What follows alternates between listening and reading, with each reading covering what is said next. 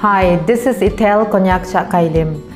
This lockdown has not only restricted the movement of the people, but has imposed a sense of confinement that can lead to mental health, as it adds to existing fear and anxiety around the coronavirus pandemic. With lockdown in place, this is the need of the hour for everyone to stay at home. It is very unfortunate to learn the sharp increase in domestic violence in many parts of the world at this lockdown period. Violence has lifelong consequences for physical and mental health and can slow economic and social development.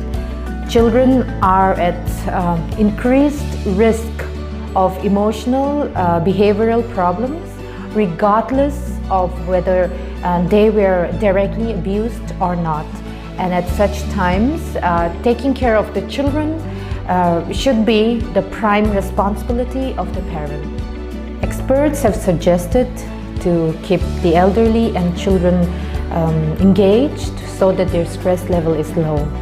It is very important to spend quality time with your children with utmost patience, making sure that they are eating healthy, making sure that they are engaged in activities like dancing, singing, baking, reading, painting.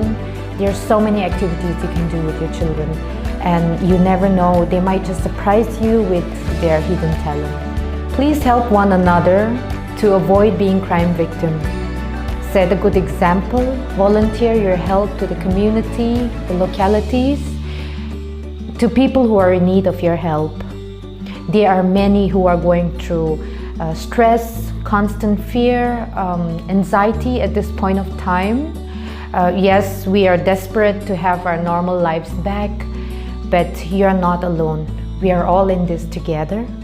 Stay healthy, stay home, be safe.